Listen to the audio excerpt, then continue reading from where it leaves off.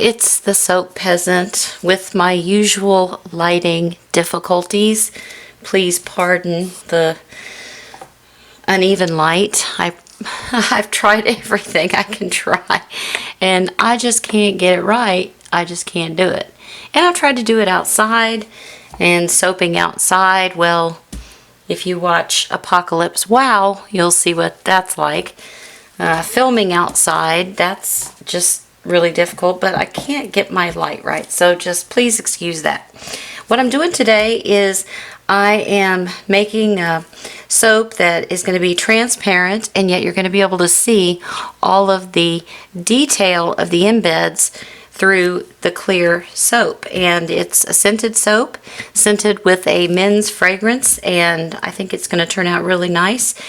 And one thing that I did was, after I got all of my shaved and cut and whittled pieces and crumbled pieces and everything, every kind of shape that I could try to do, I did with sort of a, I guess you'd say, an amber orange color.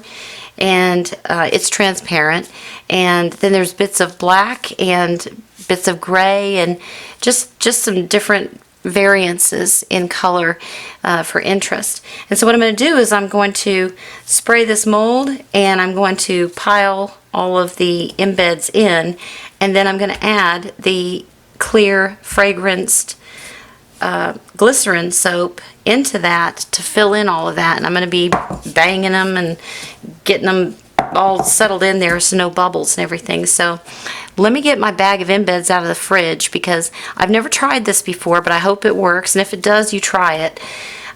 I want to make sure that I don't pour too hot, because I don't want to melt the embeds into the clear soap and then make the clear glycerin the color of my embeds. I'm not looking for, for that kind of effect. I want there to be some delineation between the colors, and like I said, for interest. So I decided that I was going to refrigerate my embeds just for a few minutes, just while I finished this up and got everything prepped.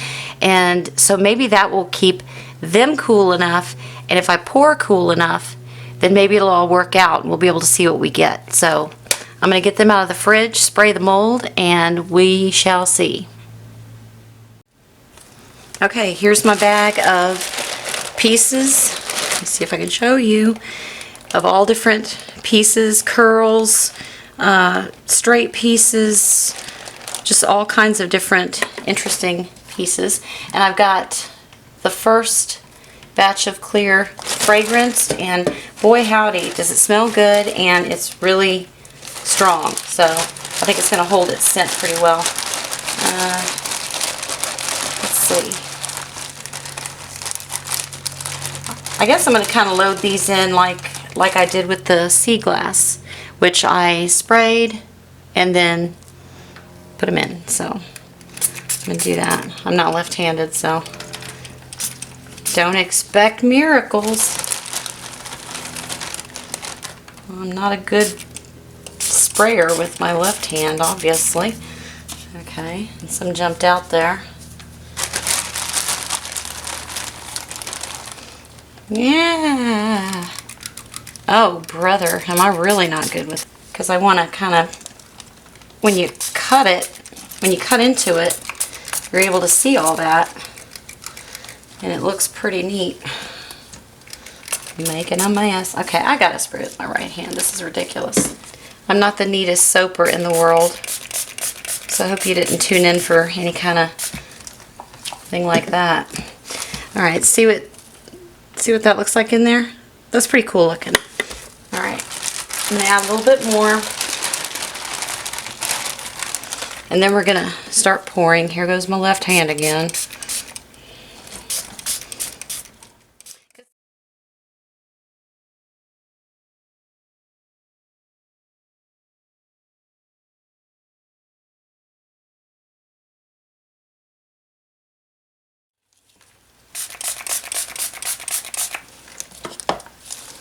Alright, let's go ahead and get some of this fragranced clear in there.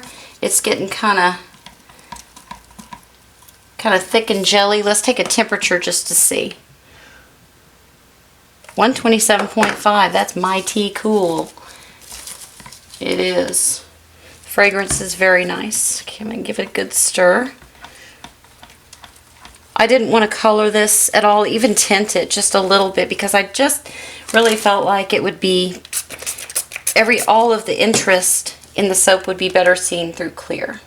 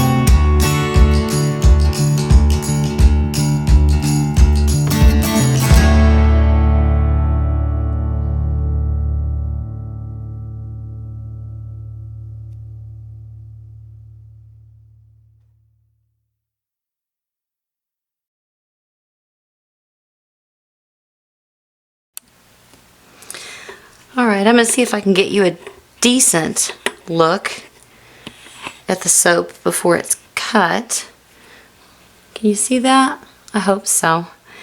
Anyway, we'll see how much light we can get through it after we cut it up and see how that looks. And so in just 1 second, I will show you what I did with the little bit that I had left over. I grabbed me a mold that I had on hand for just that circumstance, and so I'll show you in a second what I did with it. Alright, I hope you can see. What I did is I added some, oops, I probably put that light right in front of the camera. I'm so good. I know it. It's a gift. I don't own it. So I put some blue metallic mica in the little bit that I had left over in the container, and I chopped up some irregular pieces. Like I said before, it kind of looks like diamonds. And so I'm going to spray it with alcohol, spray that with alcohol, and put them on top for a topper. And hopefully they don't sink. But if they sink, it's okay.